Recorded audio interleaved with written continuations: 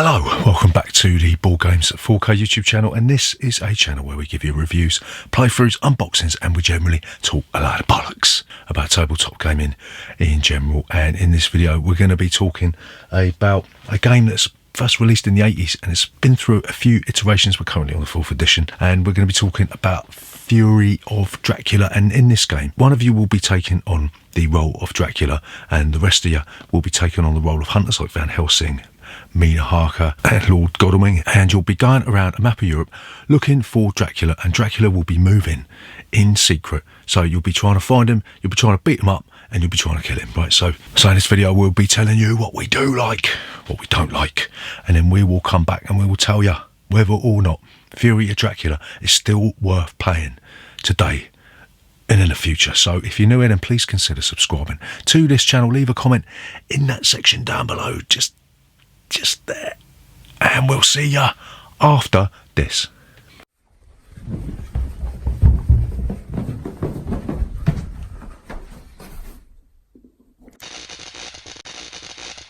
Board Games 4K. Fury of Dracula. How do you play this game?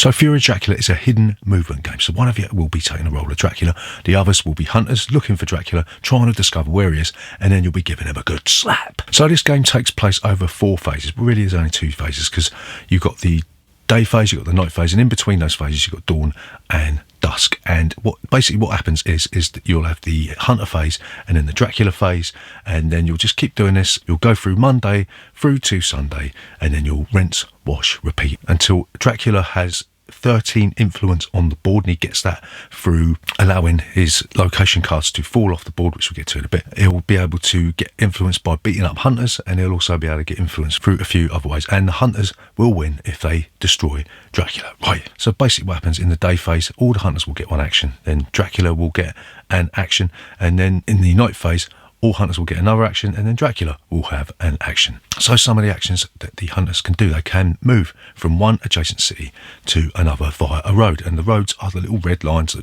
connect cities together, right? So you just move, you pick up your figure and you'll move it 1 space. So the second type of movement you can do is you can move onto a sea space, and if you're already on a sea space, then you can move from that sea space to a port, or you can move to another sea space. But if you're already on a sea space, then you have to move, you can't do anything else, right? So the third type of movement is you can move by rail, and what you'll need to do, you'll need to trade in one of your rail tokens and chuck it back into the supply. And you'll look at the rail token, and there's 2 types of rails. There's the white rails from Western Europe, and there's the yellow rails from Eastern Europe. And if you want to travel just by white rails, then you'll use the white number. If you want to travel just by yellow rails, you use the yellow number. But if you want to travel by both, you have to use the yellow number, and you'll look at the number. You can move up to that amount of cities. So the second thing that you could do is you can do the supply action, and if you're in a large city, what you'll do, you'll take an item from the top of the item deck, you'll place it in front of you according to your hand limit. Every hunter's got a hand limit which is displayed on their little player sheet, and then you'll take an event card and you will resolve it. There's a maximum number of event cards that you can have, and you can either resolve it immediately if it allows you to do that, or you can stick it in your hand, right? So if you're in a minor city, you can still take an event card, but you can't take an item card. That's because minor cities are kind of crap, right? So the third thing you can do is you can do the trade action, and this requires you to be on the same space as one of the other hunters. And ordinarily, if you're discussing stuff or showing cards to each other, it has to be done in public. It has to be done at the table, so Dracula knows exactly what's going on. That's because he's got loads of little spies floating about, right? But if you take the trade action, you can trade cards in secret, you can discuss stuff in secret, you can go to another room and discuss stuff. So that sort of keeps Dracula in the dark, so to speak, right? So the next thing you can do is you could do a special action, and this applies to your player sheet or any cards you got, and it will say as an action, and then it will tell you what to do, so you can do that as well. So the next thing you can do is you can reserve a ticket, and what we do, we chuck all the tickets into this bag. You reach into the bag and you'll pull out a ticket and you'll put it face down in front of you, but you can only ever have 2 tickets, right? Yeah, 2 tickets, that's it. So the next thing that you can do, you can rest, and what you'll do nothing, and you'll just remove 1 damage token from your player sheet. So the next thing that you can do, you can search, and Dracula's got this little sort of row of cards that will be playing out on his turn. We'll talk about that in a bit. This won't make much sense until we've talked about that, but we'll talk about the search action anyway. But Dracula will be placing out location cards onto these spaces called hideouts, right? And if Dracula will have to tell you if you're on a space that is located on that hideout, and then what he'll do is flip over the location card, and then he gets the option to either ambush you or not. And if he doesn't choose to ambush you, you can choose to search in that location, in which case you will resolve any encounter cards that are attached to that location. This will make more sense in the next bit when we talk about the Dracula phase. So that's all the actions that the hunters can take. And then once you've done that, then you'll move on to the Dracula phase, and Dracula will take an action. So basically what happens with Dracula, he will move one city to another city by road only. Dracula does not like trains, and I don't like trains either, so I can understand that. You won't pick up your little figure like the hunters do. You'll leave that in the space on the board, and what you will do, you will search through your deck of encounter cards, including the C space, and keep these together, Dracula, because if you've got them separate, they'll know that you'll be reaching for the different ones, right? So you keep your C cards and your location cards together, you'll search through them,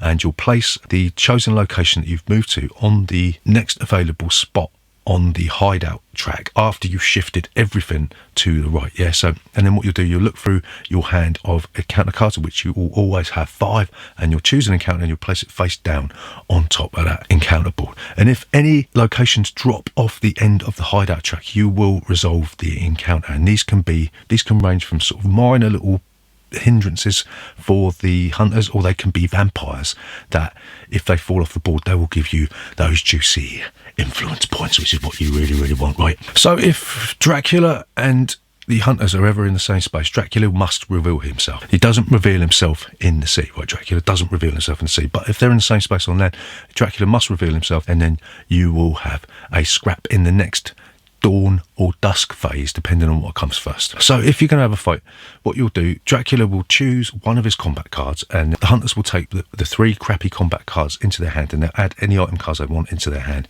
and then Dracula will choose a card, and then the hunter will choose a card. And what you'll do, you reveal your cards simultaneously, and you'll look at the little icons on the corner of each card, and if the hunters match an icon with Dracula, then Dracula's card is cancelled. If not, then Dracula will activate his card and do what it says, and then the hunter will do what it says on their card, and then you'll take the sort of damage. Dracula can only escape as a mist or by bat if there's 3 despair tokens on the board, which we'll talk about a bit. If there's a certain amount of despair tokens on the board, that will increase the amount of influence that you get from destroying a hunter, right? So you'll keep doing this until either Dracula escapes or the hunter escapes, or Dracula dies or the hunter dies. And if the hunter dies, they go to the hospital, and it will take an extra turn to get out of the hospital, so it's a bit of a hindrance if they do, and they'll discard all their open cards, so they sort of start afresh, right? So that's basically how combat works. Your combat only lasts for a maximum of 6 turns, remember, so that's one of the things you've got to remember about this. And you can also get bitten, so if Dracula bites one of the hunters, then you'll add one of the bite tokens to the board, and if you ever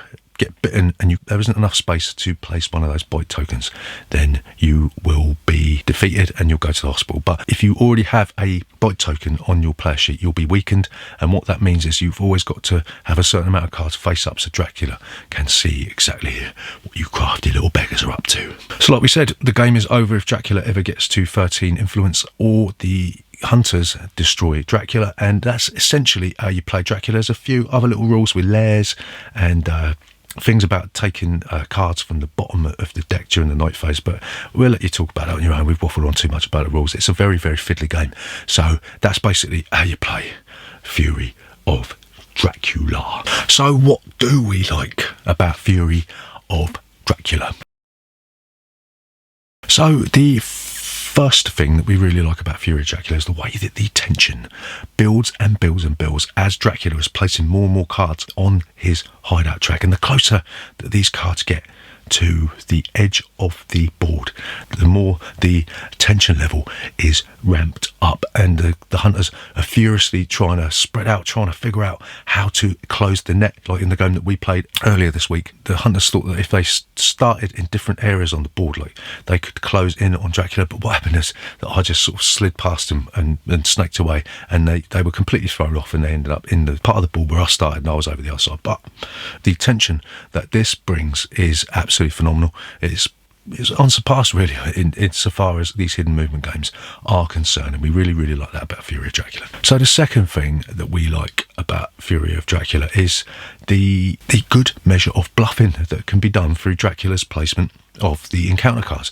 And one of the things is if the hunters are in a place which Dracula has been to in the last 6 turns, and Dracula doesn't choose to ambush, that makes the hunter start to think, but why isn't he doing that? Is there a vampire on the board? Do we need to stop Dracula from getting that off the board? So there's a really nice sort of sense of bluffing with this, and it's almost like a sort of a second game going on, is that if Dracula does something initially, then you've got to think, well, is he going to have the audacity to do that again? And that's one of the wonderful things about this game. So the third thing that we like about this is the game is actually quite thematically sound. You've got the fact that Dracula doesn't travel by trains, and you've got to think back in the Victorian era where Dracula's so old that trains were quite a new technology in the 19th century, right? So Dracula doesn't like travelling by trains. That's fantastic. And the fact that there's this sort of split between the west and the east, the eastern side of Europe, the railways aren't as good as the west, right? That's really quite clever. And the fact that hunters can't move at night is too bloody dangerous in 19th century Europe to travel at night. And we really like the way that the theme ties in with these sort of nice little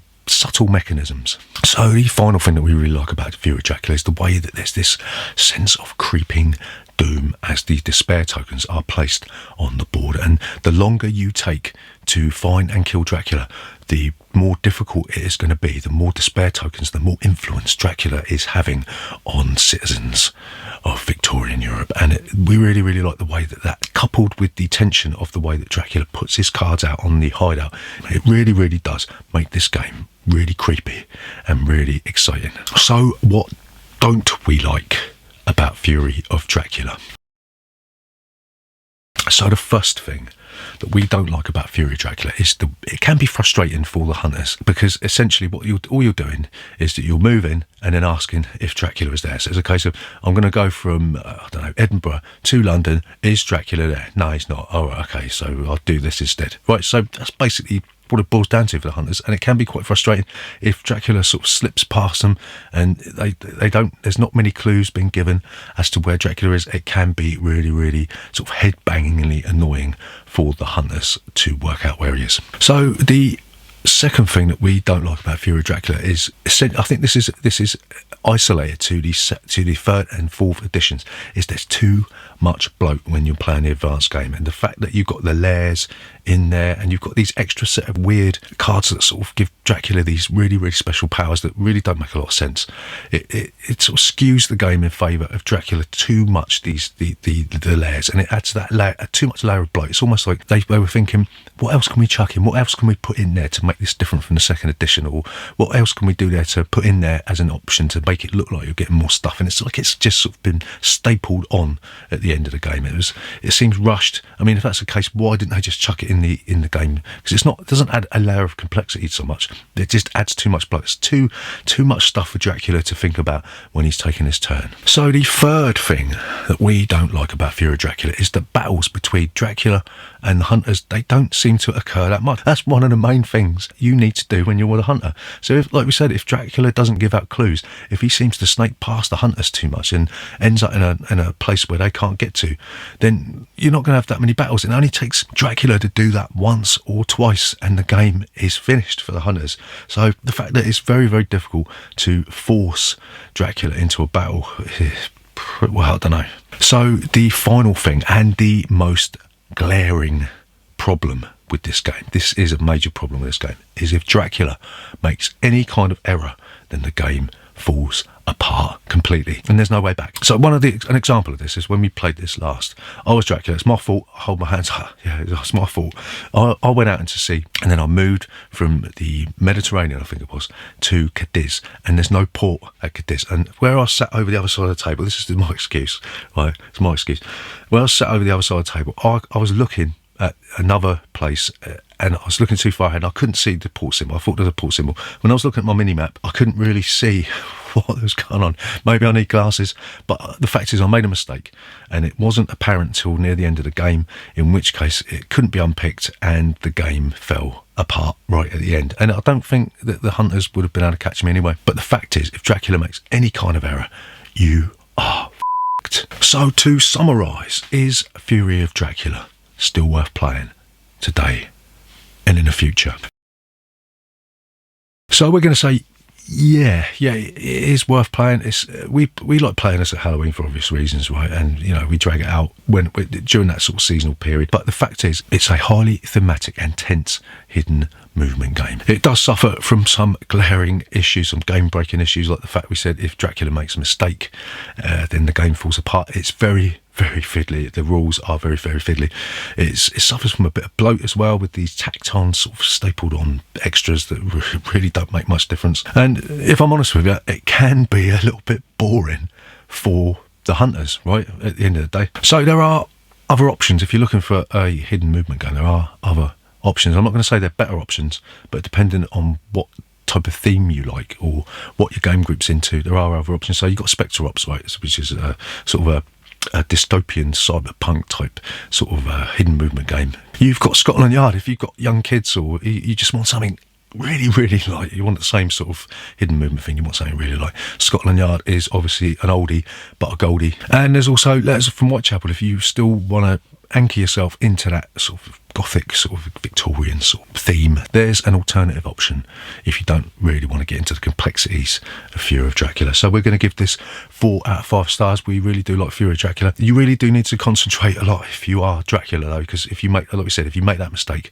that's it. You're screwed, right? So, but it's a highly thematic, enjoyable game that we recommend. So yeah, that's it. So if you are new here, then please consider subscribing to the channel, leave a comment in that section down below, and we'll see you next time.